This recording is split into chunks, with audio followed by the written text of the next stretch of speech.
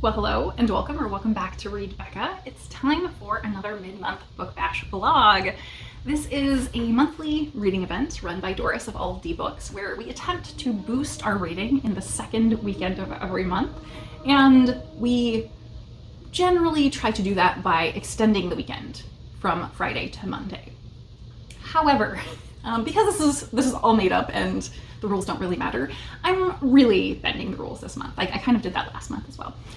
And so it's Wednesday, not Friday, and I'm gonna get started. And that's because I have three things I want to read to knock out. I've let my library TBR get a little bit out of control, and I am also reading for the BookTube prize right now. So I kind of need to clear some things off yet again. I have a loose theme though, and it is a very, very loose theme. So the first book that I want to get to is Peg and Rose Stir Up Trouble by Lauren Bernsen. This is the second in the Senior Sleuths series. And as you can see, this is kind of a cozy mystery. It has a cat, so it also fits for Garb August. Oh, there goes Rue. It also counts for Garb August, and specifically the Garb August prompt to read a cat cozy mystery for Alice of Alice and the Giant Bookshelf. She's a wonderful booktuber that recently passed away. She had a great love of mysteries and her cats, and cats in general, and so this is the prompt that is honoring her this month with the Garb August readathon. So this one, I recently started this Senior Sleuth series and read the first one and enjoyed it very much, but it was kind of mid. You don't expect too much from cozy mysteries. This particular entry, we have Peg and Rose, who are elderly sister-in-laws. Peg is widowed, and I think Rose is going to get her on the apps and get her started dating, and then something goes wrong with one of her dates, and they end up either murdered or somehow suspected of murder. I'm not sure, but we will find out. So that's gonna be fun. And I think this is the most on theme for my theme that I'm tackling this month of cozy mystery-ish. So the next one is The Kamogawa Food Detectives by Hisashi Kashiwai and translated by Jessie Kirkwood.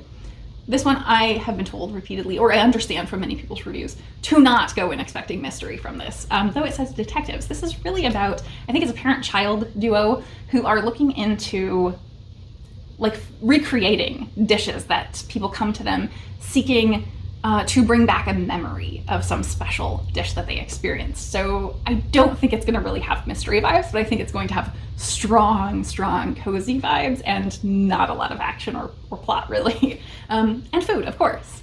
So of course we also have a cute cat here. So this is not really a mystery. I think it kind of fits for the Garb August prompt as well.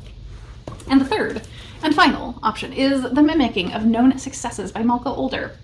I've really loved Malka Older's previous work, the Infomocracy trilogy.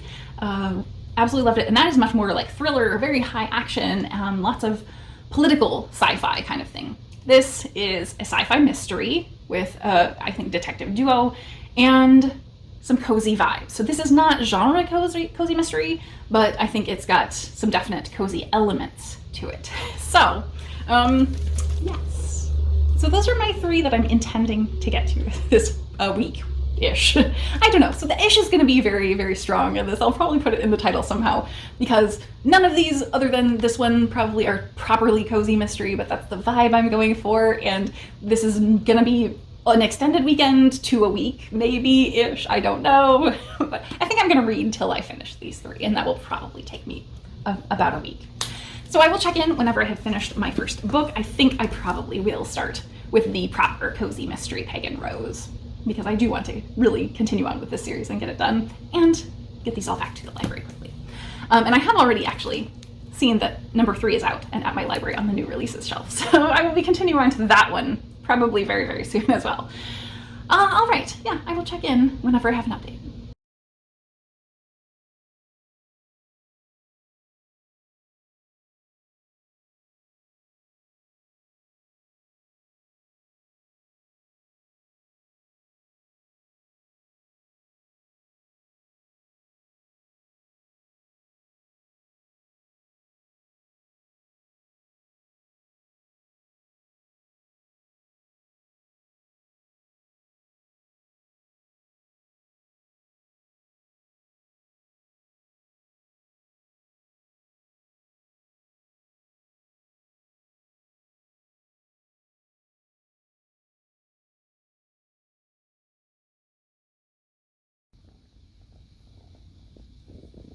You're so sweet. Hmm?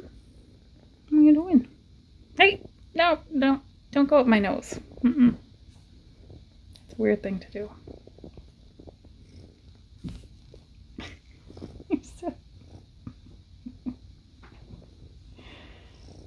You turned flap.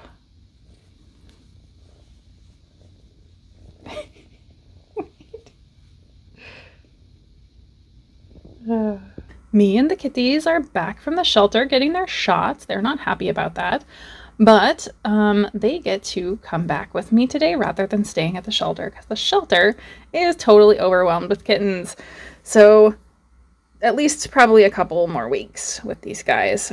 They were actively intaking 17 kittens from 6 separate litters while I was there, and just chaos, but adorable. So we get to continue to enjoy kitten footage for this vlog.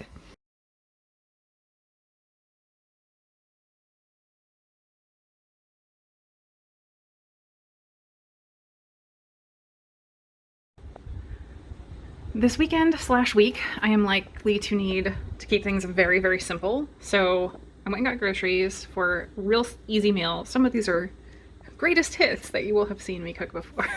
But yeah, so simple stuff that I know will work with things I already have or can make simple meals. So we've got some cottage cheese, some strawberries, and a part of a watermelon because I want to make a summer salad. I've got some avocado for that, and also here's basil paste for that, a cold rotisserie chicken because that I can break down after this, and that will be just ready to throw together with these guys. So rotisserie chicken and some steamer bags of frozen veggies. So I got that one. They're just mixed veggies, easy.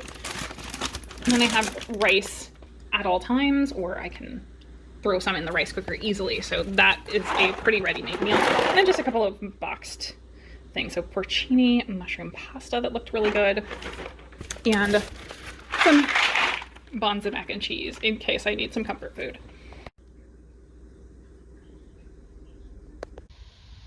But perfectly in time to about the timeline I need to hit, I finished Peg and Rose Stirrup Trouble. This was 280 pages, the longest of my books, and I think I'm going to be working in descending length order, which is probably good with a project like this, trying to read 3 things to end on the shortest. And it is Friday. That's important information to have probably, right? It's been a very long week. My brain is ready to shut down, so I want to check in before that happens. So, Peg and Rose Stirrup Trouble. I can't remember what all I have told you already about this from when I opened the blog on Wednesday, whatever day it was. Doesn't matter, it's not important. So, Peg and Rose are senior sleuths. That's the title of the series. They are elderly ladies who are sisters-in-law. Peg is a dog show judge who is enamored with poodles specifically, but she does judge all breeds. And Rose is a a former nun who's married to a former priest, and now runs a women's shelter. She and her husband do together. And the women's shelter, I actually was kind of happy that kind of becomes an element. We really didn't see very much of that in book 1 at all. And we see more of her kind of personal life this time around. So I like that. This was very fine, aggressively okay. Not a complaint, but that was what I was expecting out of it. That was what I got. Not memorable at all. And I had a fine time with it. So I don't know how to sell a book like this to you all if you're not already interested in that. It is a cozy murder mystery. So Peg and Rose are getting caught up in the fact that Peg has been single for a while. She's a widow. She was married to Rose's brother. And Rose is pushing her to get back into the dating scene and is helping her get on the apps. And so she starts dating, and she hits it off pretty quickly with someone who seems maybe a little too good to be true, but is really wonderful and is treating her well. And she has even gone to the point of going to have dinner with him and his sister. So it's progressing, and it's progressing pretty quickly. But then he dies in a hit and run. And that's very, very quick off the gate. So at the funeral, general, there are an awful lot of ladies. So he's clearly a ladies' man. There are clearly some bitter women in his life, or were in his life. And so there is this whole other side of him that Peg had not seen yet. Clearly some hidden things, but also his death has some suspicious elements to where the police don't seem to be totally closing his case.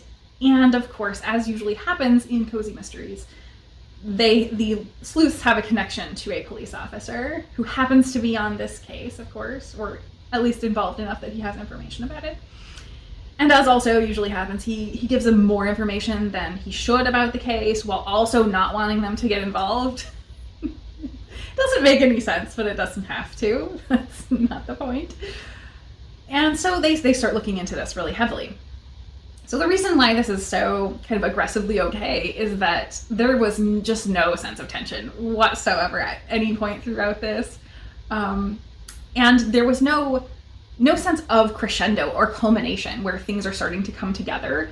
It felt to me like they were still in initial investigation and like just finding the basics and starting off trying to pull things together when we reached the end. And then it was just this very rapid couple pages of conclusion.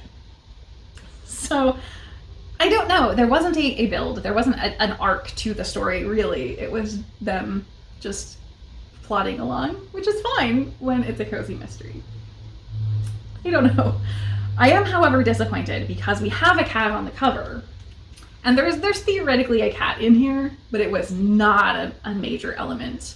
I think it was maybe 1 or 2 scenes that the cat even showed up. So definitely still a more dog-focused series, and that was what I was expecting, but I thought there was going to be more cat in this for sure, considering it was on the cover. So that is a letdown to both me and Andrew, I'm sure. So I think that's all I have to say about that one, really. I mean, the writing is fine. The characters are very likable. They did get into some like personal mishaps that I enjoyed probably more than the mystery, actually. Like, I would totally take a mundane story with these guys. So I'm going to move on to the Kamogawa Food Detectives next, I think. So I doubt I will finish this tonight. I will read a little bit and then go into it more tomorrow. Setsubun, the day in early February when traditionally people scatter beans out of their front door to ward off evil spirits. That is wild. Maybe I need to start scattering some beans outside my door.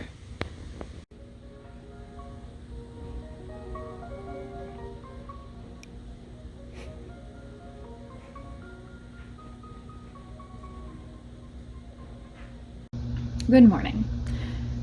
It is Saturday.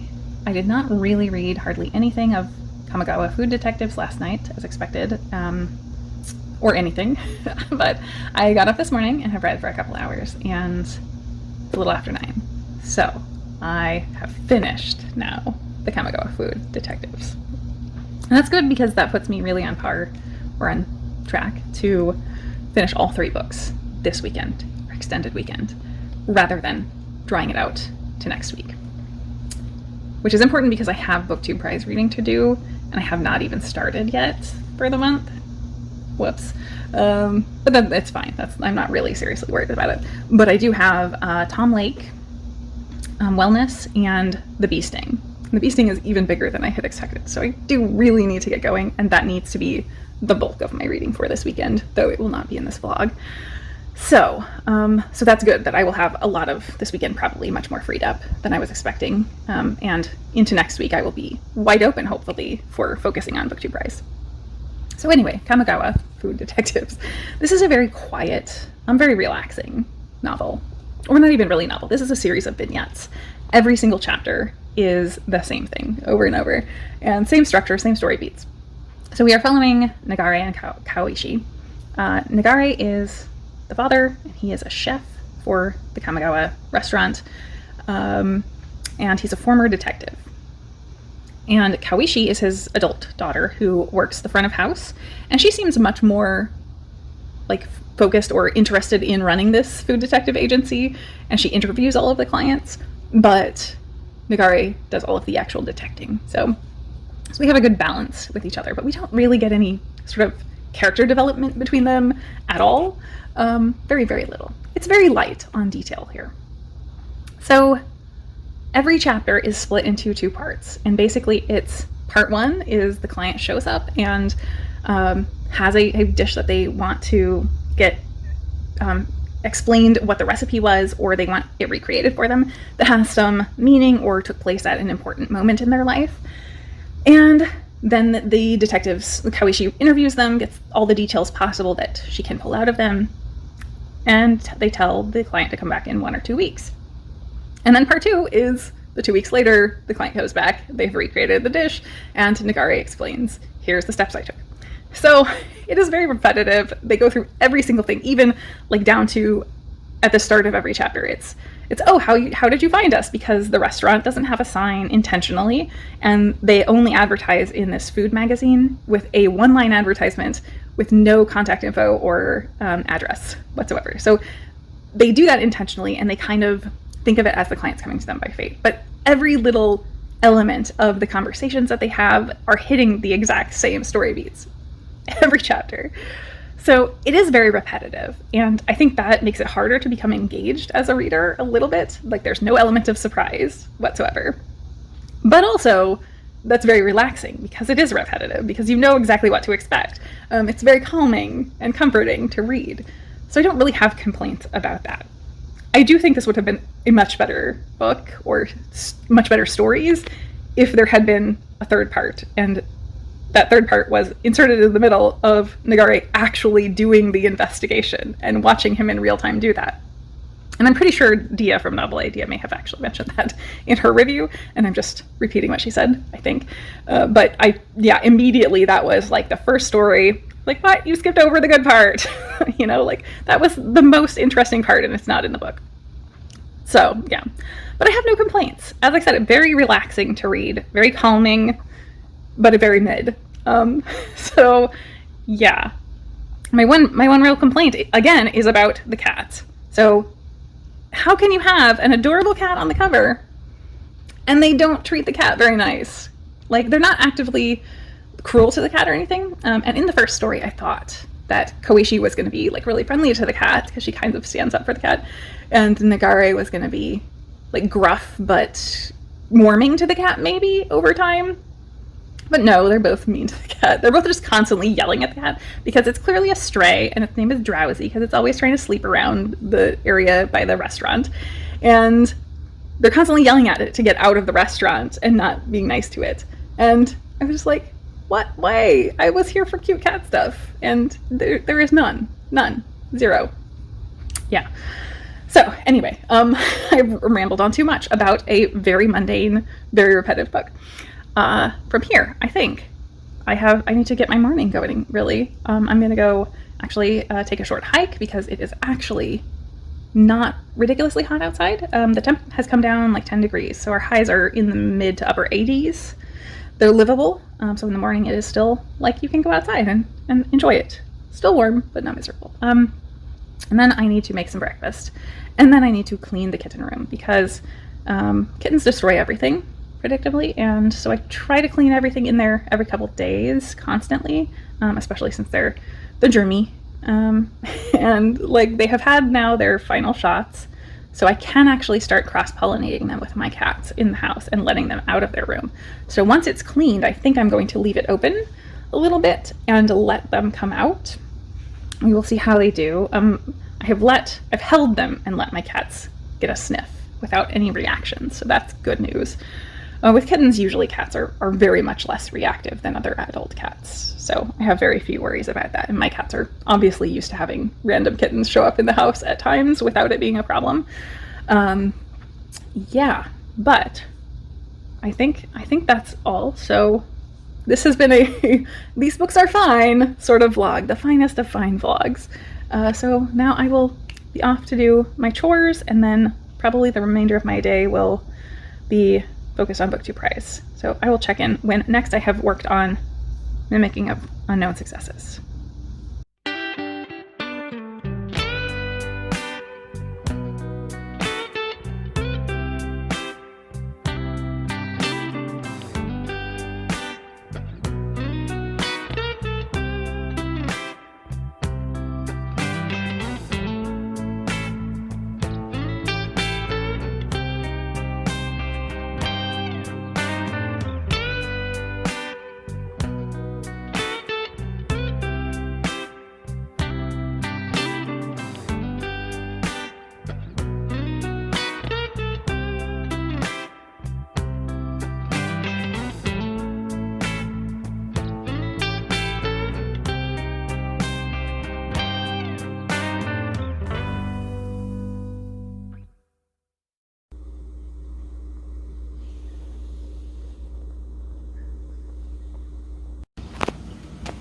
I swear it will look like something has gone wild in here.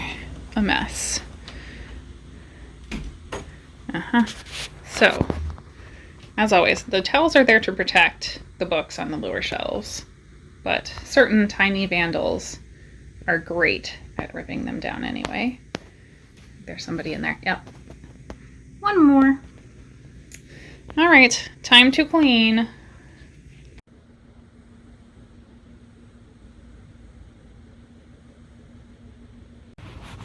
Everything is so fun to explore. Huh.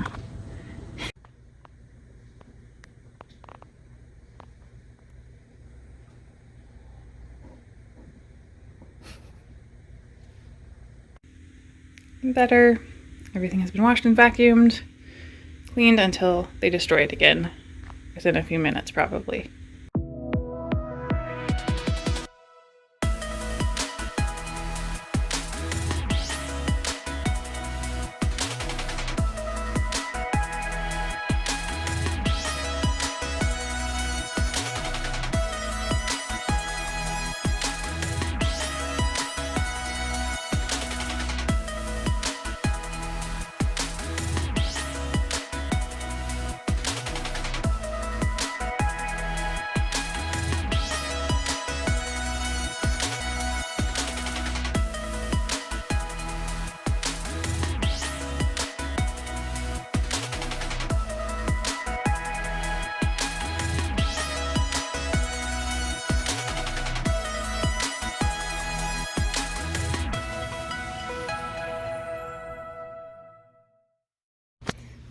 I went to the library branch that has Japanese books, obviously, and look at, first off, these adorable bookmarks they had for the summer reading challenge.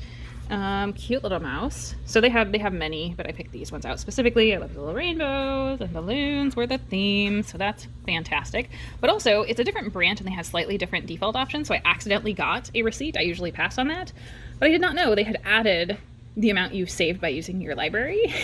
And this amount is especially hilarious because I did the Read What You Own challenge for the first 3 months of this year. So $2,403.16 so far this year. That is wild. Wild.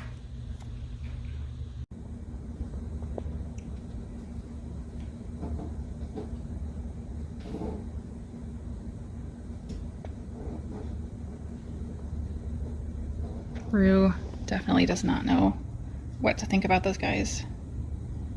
They're really too small to be cats, huh, Rue? Doesn't seem like a cat.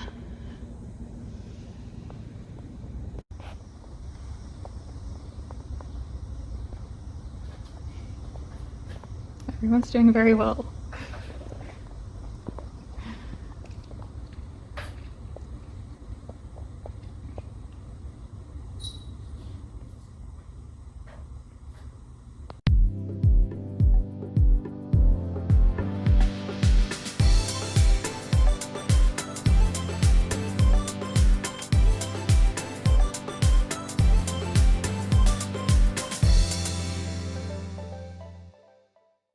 Whoa. The coyotes.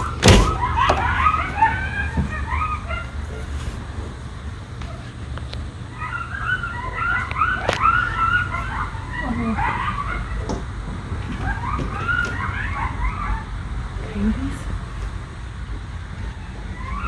Coyotes somewhere out there?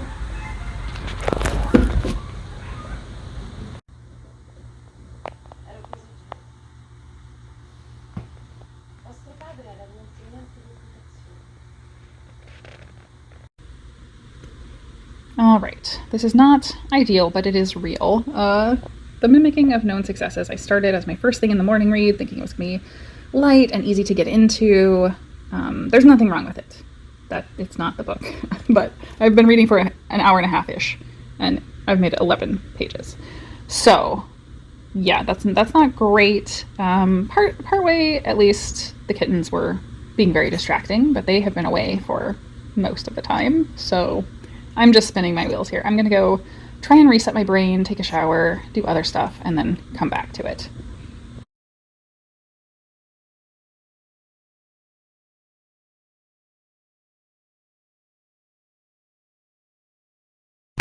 This is a really fun game called catfishing.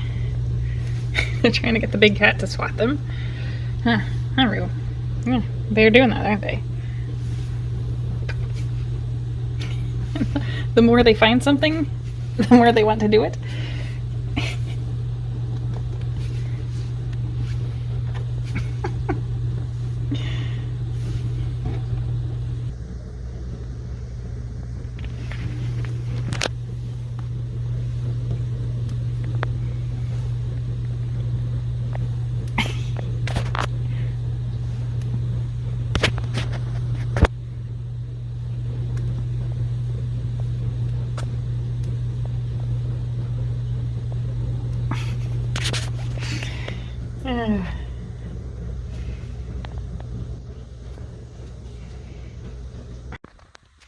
I have needed to clean out my bathroom cabinets for a long time.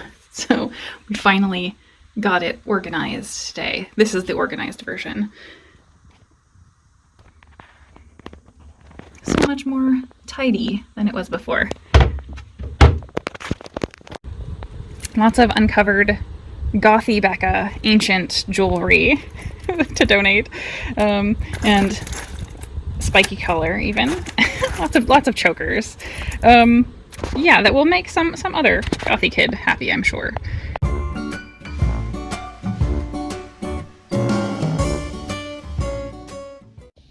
It's a very hard job.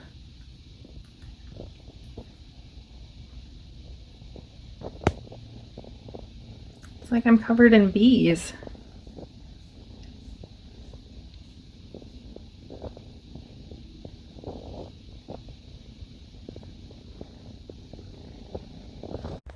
Rue, have you been watching the sprints? Huh? You're gonna try out? I think so. You'd be really good at it.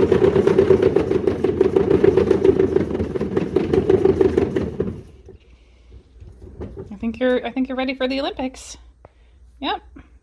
You did really good at it. Yeah, you can try again. That was a good 100-meter sprint.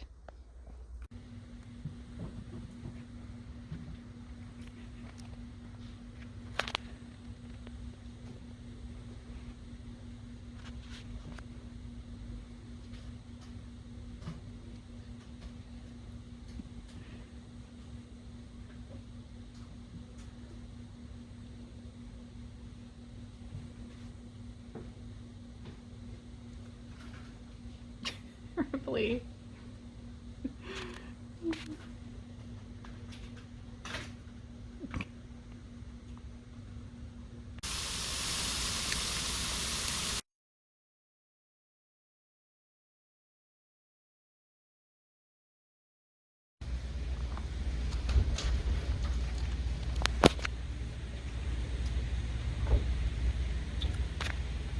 She thinks this is actually a fun game, and Ripley does not.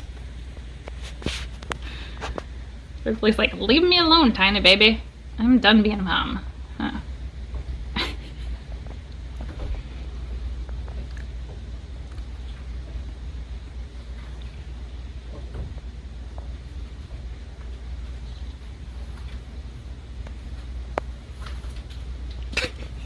Falling off.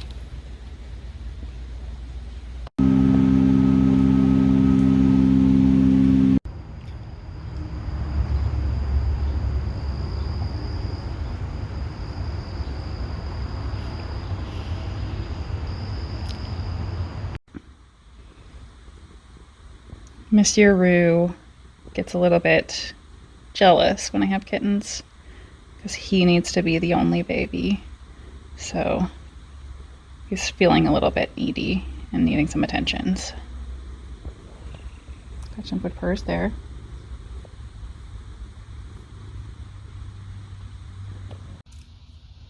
Well, hello. I think that my confidence that we were going to finish the 3 books at the weekend perhaps cursed the vlog. Not that I'm really complaining. I thought this was going to take it right at about 7 days, and we're at day 5, and I'm wrapping up here. So where I checked in, I think yesterday morning, it was a struggle to read, and that is where I left it for the day pretty much. I read 11 pages total in print on Sunday. So that's fine. As I said, I'm not overly complaining. One down day for the week is not bad. So I think from there, cleaning and decluttering is definitely something I do that helps refresh my brain. And so I did get the decluttering-ish done, but it did not refresh my brain at all. So it's some kind of life admin-y stuff. I filmed and edited my weekly catch-up video, and that was a pretty significant undertaking. You guys fortunately got a much shorter version, but for me it was about 3 hours of work. So that was a huge chunk of my day. And kittens are being really crazy right now, so if you can hear that, that is kittens being nonsense. Hey! Guys. Okay, I had to break up a baby fight. They were not really fighting, they were just being loud and angry at each other from a distance, and I don't think they knew why.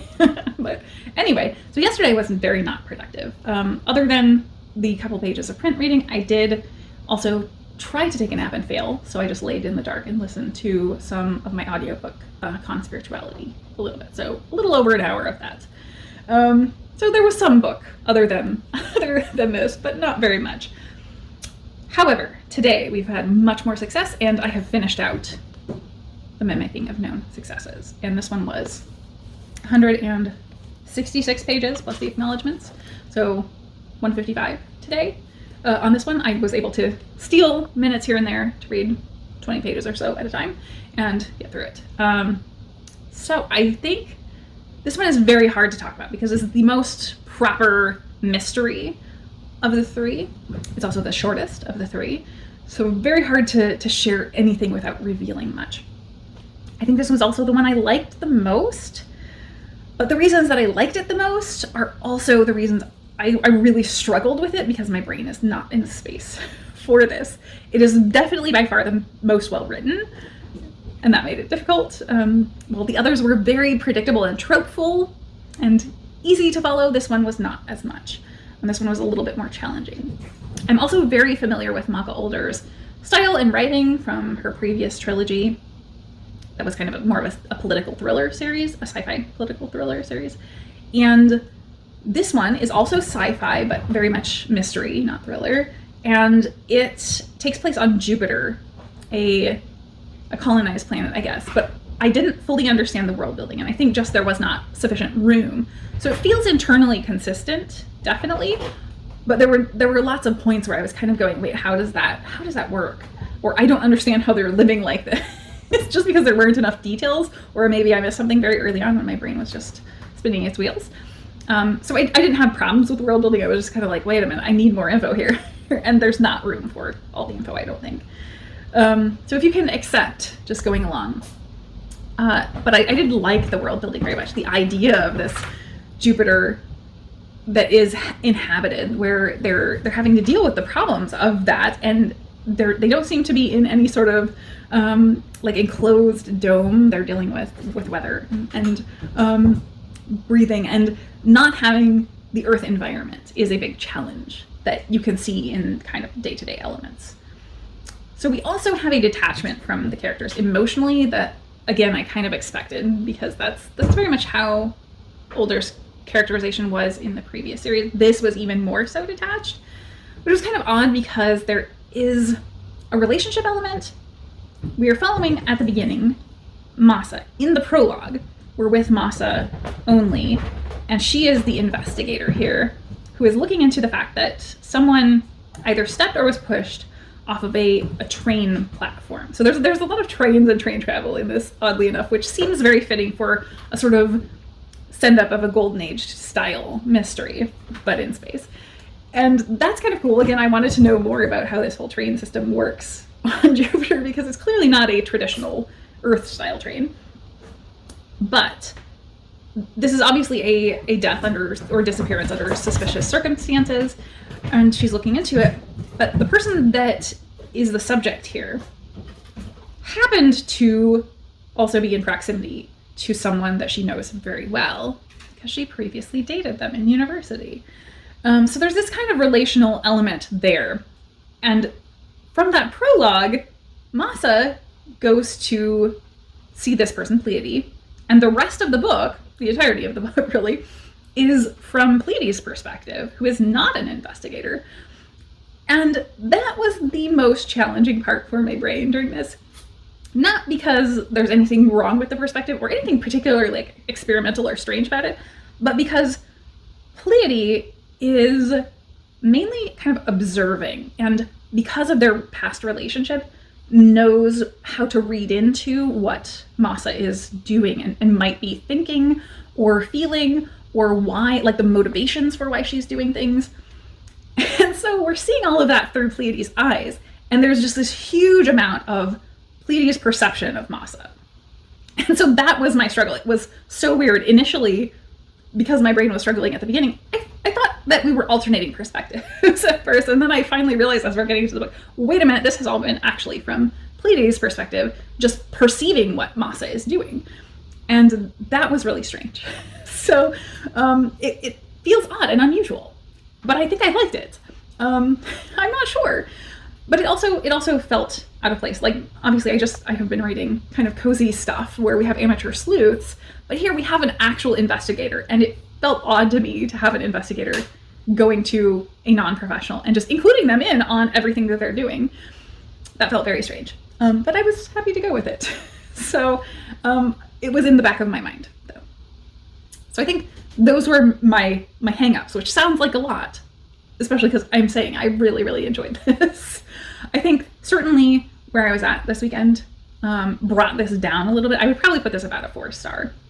I think I needed a little bit more world building, but this is a continuing series. I think the 2nd is out and the 3rd is coming out, or maybe has already come out. I'm not sure, but this is a continuing series, and I will definitely be continuing on because I liked it very, very much. I think that one of my other drawbacks to this, not even a major drawback, but something I would critique it for, despite being so short, I don't feel like you could actually solve this on your own. I could follow the thread of, I'm struggling with how to say this without giving it away too much. You can get the why, I think, and it's very compelling to me. So you can understand that aspect, but all of the other questions of a mystery, I don't think you can answer just through the plot. They're given to you at the end, but I think they're just given to you. It's not a solvable mystery, which is fine. It's very short, and I think it was a compelling story, especially as it's culminating. I think everything that came to light was really cool and understandable. I just wish we had more of a breadcrumb trail, personally, but I'm fine with it, as I said. So I think that gives us our 3 sort of cozy mysteries, not quite. This one, I would say not cozy at all. It even mentions it in the summary on the flap. There was like one mention of them eating scones in a single sentence, and that was maybe the only cozy element. There was nothing else that was cozy. The relationship between them, as I said, it feels very kind of detached and not very romantic at all, but maybe that progresses. I don't know, but I did like it a lot. So I actually enjoyed all of these. I would probably put both of these two as about 3 to 3.5 stars, and this one as a 4-star. But I kind of enjoyed them all. I felt like they were the right things that I needed, other than this one just hurting my brain a little bit much right now. So that is, I think, it for my reading blog for this mid-month book bash. I have to go wind down some kittens now, I think, because they're I think trying to fall asleep and they need to go back in their room. So that's it for me today. I hope you all have had a wonderful mid-month book bash, and thank you so much for watching.